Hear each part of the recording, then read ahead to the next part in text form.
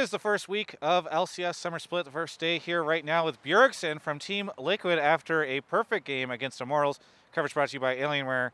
Bjergsen, what do you think today's game means in the grand scheme of things for Summer Split? That we are definitely better than Immortals in the first round robin. Okay. Wow, that much. Okay. No, obviously they were dealing with issues. PoE just came back, all that stuff. So, did you consider them a threat at all going into today's game, or were you just like, oh, this will be easy? Yeah, of course. We got back from Korea like a week ago, so I know in the beginning a lot of my teammates were having trouble with their sleep. So that's always a factor, even though I think we're definitely the better team. If we're not feeling good on the day, feeling energetic, you can always lose, and it's not like they have a weak roster. I think Ignar is a great player that for some reason wasn't in LCS last split. I don't think Renata is really a champion where he can show off his skill compared to the Ignar that we remember on like Thresh and Rakan and these champs. But after I saw the draft, I thought we had a pretty good chance of winning. What do you? Speaking of the draft a little bit, what do you think of the meta changes that we've seen, the new patch, et cetera, et cetera? What's your take on all of it? I think the game is a little bit slower. I think some people are exaggerating. Some people are just like, every game is going to go to 45 minutes. I don't think it's necessarily like that. I think people are slightly tankier, but there's a lot of times where you put yourself in the fight in the same position, someone is still going to die. But of course, it makes lanes are slightly less punishable because people can take more damage throughout the laning phase, harder to kill. I think it's a bit more fun because, especially in skirmishes and team fights, if you live for another few seconds, that's going to give you another rotation of spells or another kind of moment to potentially outplay someone, which I definitely felt sometimes when we were in Korea. The really strong team fighting teams, they would just find a way to like inch out these moments in fights, and I think that just makes the game more exciting, that it's not as clear cut. Okay, this guy's going to get bursted, and the fight is lost.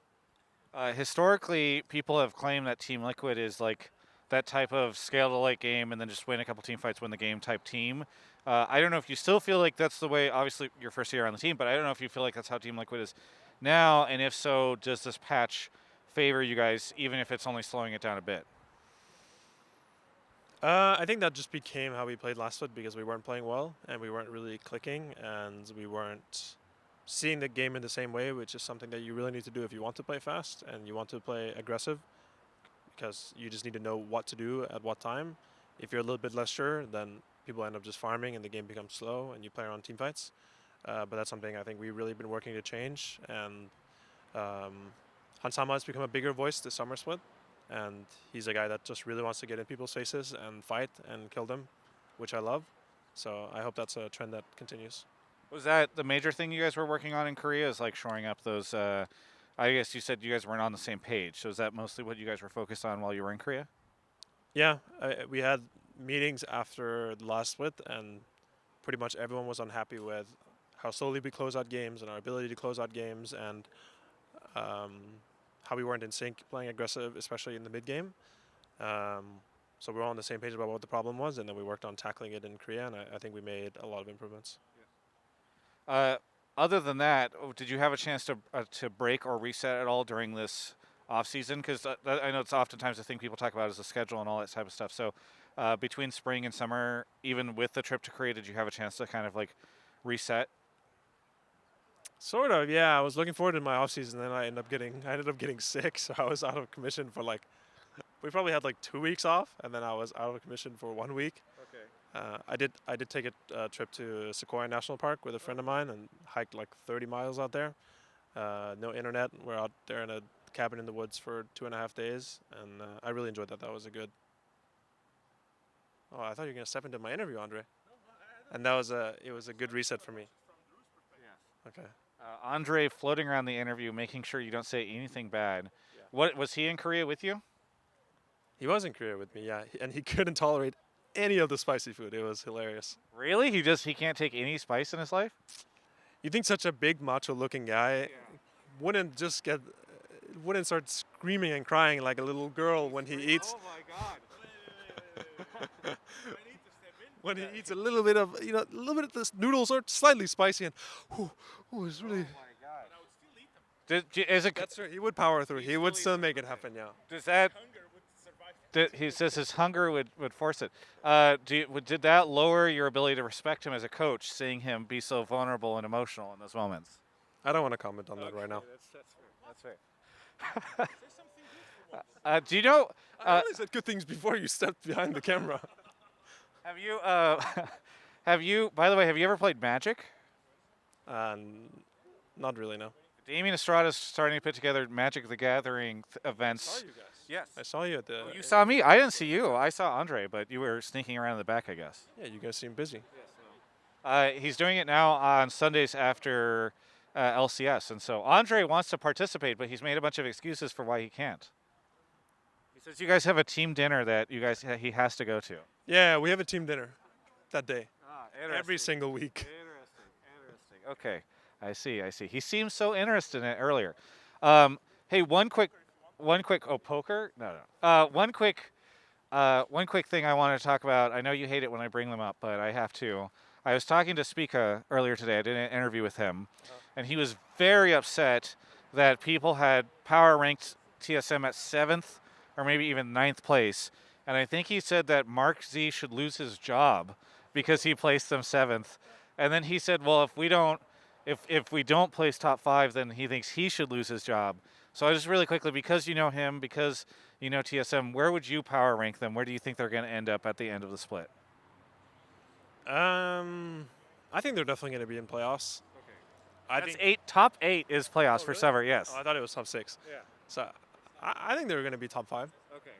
I mean, I think last split was like, even Spica and Huni individually were not playing well, and I know a lot of that was just due to like ridiculous problems inside of the team, with the staff, with the management, just like, I mean, a lot of it became public, right? Like there was so many scandals related to TSM that even the public learned about.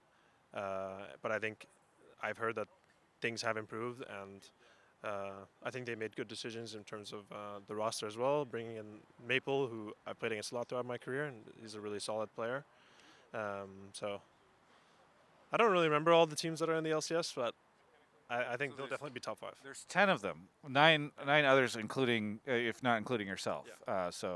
But you think they'll be up there, even if you can't remember the other teams. Yeah. Okay. They're going to be up there in top 5, I think. Yeah. Which ones do you remember? No, not that I remember EG because they dumped on us. 100 Thieves and C9. Okay.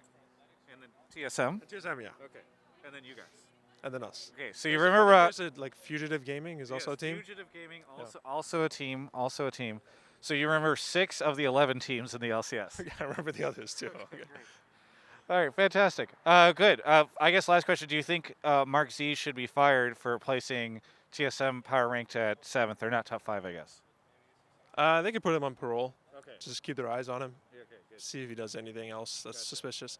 Was there like a support tier list today? I didn't see the support tier list, but was there? I think there was. I don't fully remember, but All right. I'll look at where he placed core on that, and then I'll get back to you and let you know if he should lose his job. This is my ongoing question now this weekend: is should Mark Z lose his job? Is there anything you want to say to any of the Team Liquid fans out there? I'm sorry for getting 3rd place. That really sucked, but we did a lot of work to improve. We went to Korea. We really grinded. We worked on our problems. We had a lot of kind of workshops as a team where we got to know each other better and talked openly about our problems. Also, my coaching staff really wants me to shout out Honda, so thank you very much, Honda. And I think we just put in the necessary work, evaluating our team, working on our problems in and out of game to be a better team this summer. I think we showed that in the first game, but our opponents didn't really feel like they were there to win as much as we were. So it'll be fun to see how the rest of the week goes. It's your coaching staff. I would think it would be the partnerships team that would be pushing you to promote Honda.